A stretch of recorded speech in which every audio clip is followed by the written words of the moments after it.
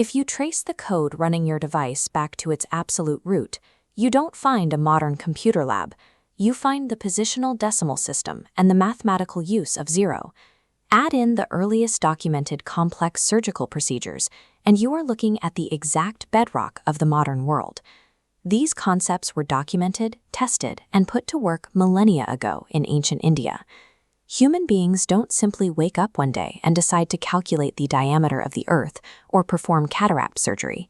Intellectual leaps of that magnitude require a stable, extensive support system to feed, house, and organize the thinkers. The celebrated scientific explosion of the Gupta Golden Age in the 4th century CE was the climax of a 4,000-year process of compounding progress, where each distinct era engineered the exact infrastructure required for the next. That process starts around 3300 BCE with the Indus Valley Civilization. Before anyone could study the stars, they had to conquer physical space. Look at the excavated ruins of Harappa and Mohenjo-daro. They laid out entire cities on rigid geometric grids, paved with standardized kiln-fired bricks and drained by covered underground sewage systems.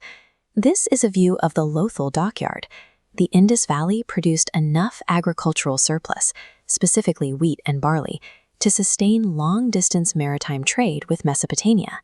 When a civilization standardizes its architecture and secures its food supply, it supports a specialized class of planners, artisans, and administrators who never need to touch a plow. By engineering this social stratification, the Indus Valley unlocked the first prerequisite for complex thought: the birth of free time. Fast forward to the later Vedic period, around 1000 BCE, a transformative shift occurs, the widespread adoption of heavy iron tools. With iron axes and plows, settlers cleared the dense jungles of the Gangetic Plains. This unleashed an agricultural boom that triggered an eastward surge in population and funded a second major wave of urbanization. Society rapidly evolved from semi-nomadic tribes into highly structured political units.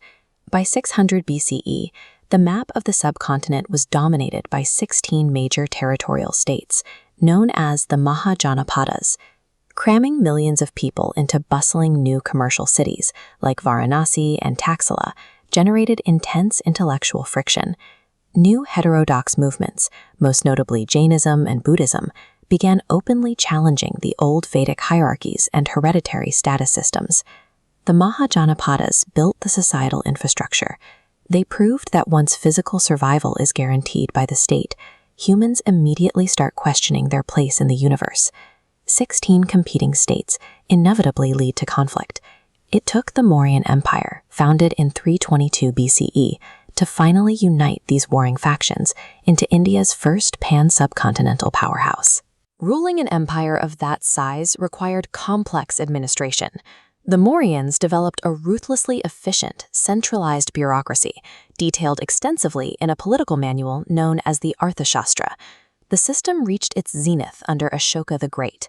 After a brutal military conquest early in his reign, Ashoka maintained control over a vast, diverse population using a soft power governance model called Dhamma, cementing his authority with imposing visual branding like the famous four-lion capital.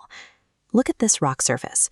Ashoka broadcast policies by carving them directly into stone pillars and rock faces, creating an early mass communication network.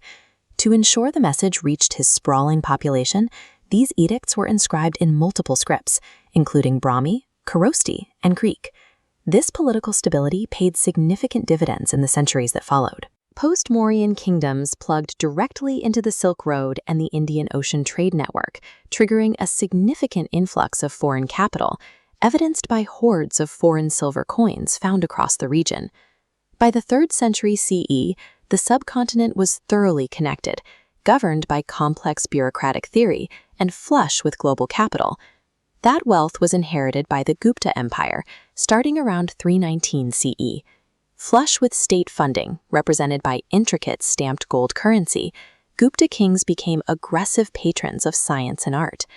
This economic freedom funded an explosion in mathematics.